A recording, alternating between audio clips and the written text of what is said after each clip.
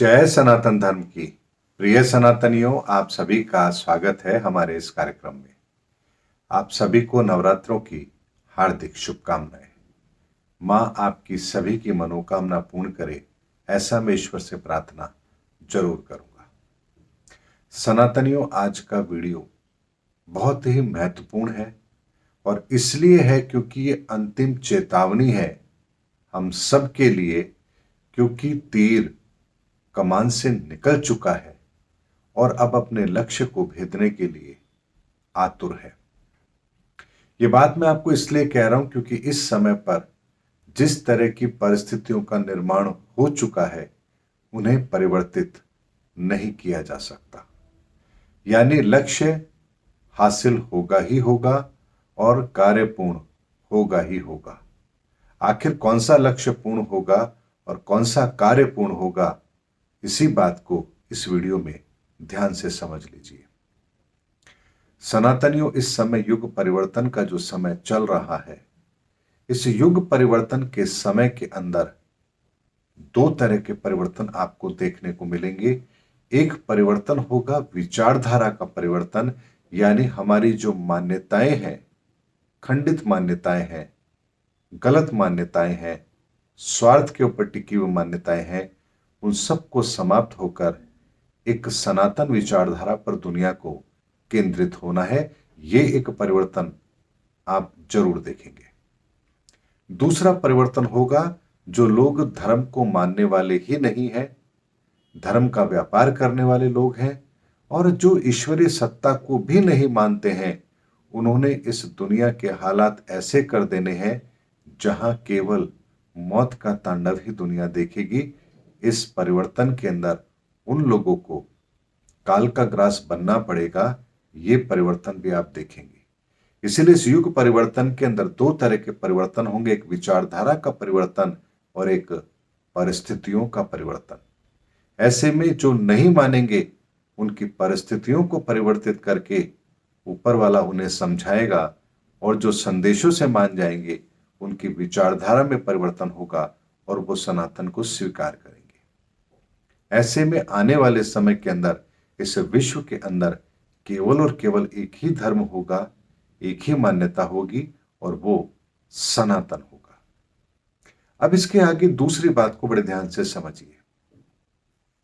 इस वर्तमान समय के अंदर जहां विनाश होगा वहीं पर एक नव सृजन भी जरूर होगा। यानी विनाश और सृजन दोनों साथ साथ होंगे। एक तबका वो होगा जो मानने वाला नहीं है, दुनिया को विनाश की लीला के उस मुहाने पर लेकर जाएगा ही जाएगा जहां दुनिया एक बहुत बड़ा तांडव देखेगी। तो वही ईश्वर एक ऐसी व्यवस्था भी करेगा जिससे इस माहौल के बाद में, यानी इस युग परिवर्तन के इस दृश्य के बाद में, इस नरसंहार के बाद में, इस विध्वंसकारी समय के बाद में जो लोग भी बचेंगे उनके लिए नवसृजन कैसे होगा, इसकी व्यवस्था भी ईश्वर इस समय पर जरूर करेंगे। इसीलिए दो तरह की विचारधारा यहां जरूर चलेगी। एक वो जो नवसृजन में अपनी महत्वपूर्ण भूमिका निभाएगी और एक वो जो विनाश की लीला में अपना महत्वपूर्ण रोल अदा करेंगे।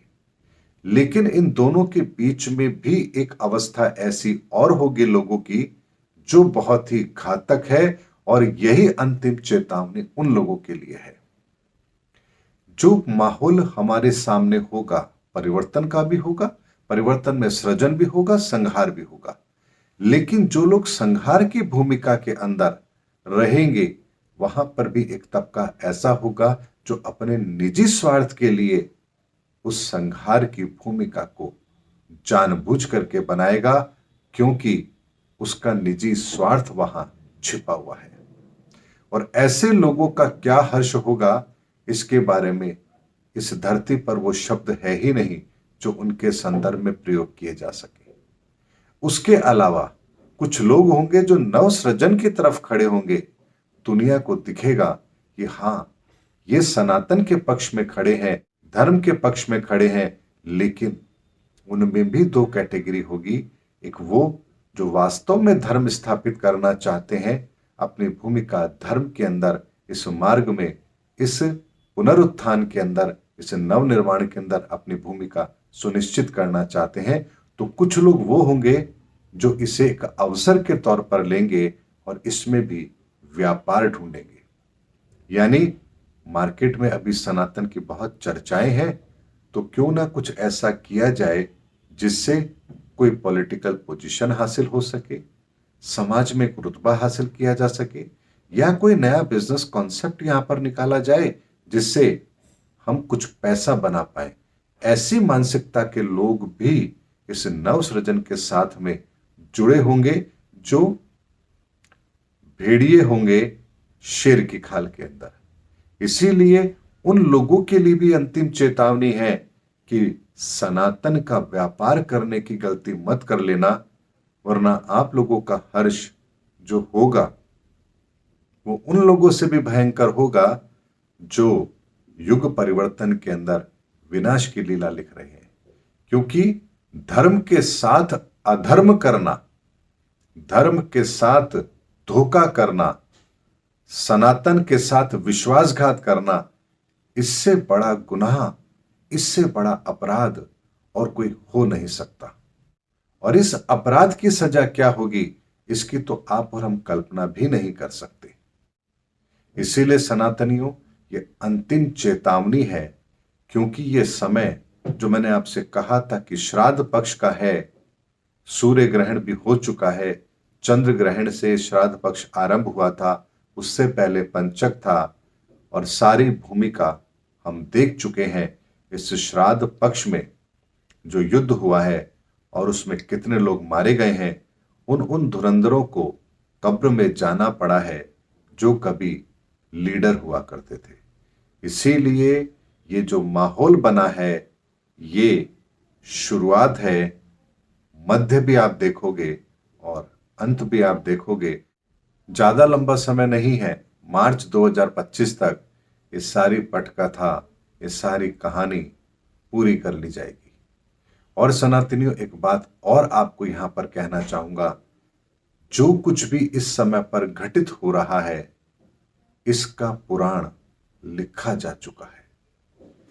30 मार्च 2025 के 15 वर्ष के पश्चात वो पुराण हमारे सामने रखा जाएगा, जिसमें 1990 से लेकर के और 2040 तक का वो विवरण होगा, जिसे आप देखेंगे कि ये तो बहुत पहले लिखा जा चुका था और इस एक एक घटना को हमने इस धरती पर घटित होते हुए देखा है। क्योंकि जैसे भगवान राम के जन्म से पहले वाल्मीकि जी ने रामायण लिख दी थी, उसी तरह से वर्तमान के समय में जो घटित हो रहा है और जो घटित होगा, वो भी लिखा जा चुका है। और 30 मार्च 2025 के 15 वर्ष के पश्चात वो हमारे सामने वो पुराण प्रकट किया जाएगा। इसीलिए मेरी बात को आप कितना गंभीरता से लेते हैं, ये आपके सोचने का विषय है। संदेश पूरा मैंने आपको दिया है, जिसे जैसे लेना है वो उसकी मति के ऊपर निर्भर करेगा। मिलेंगे अगले वीडियो के अंदर, तब तक के लिए जय हिंद, जय भारत, जय सनातन धर्म।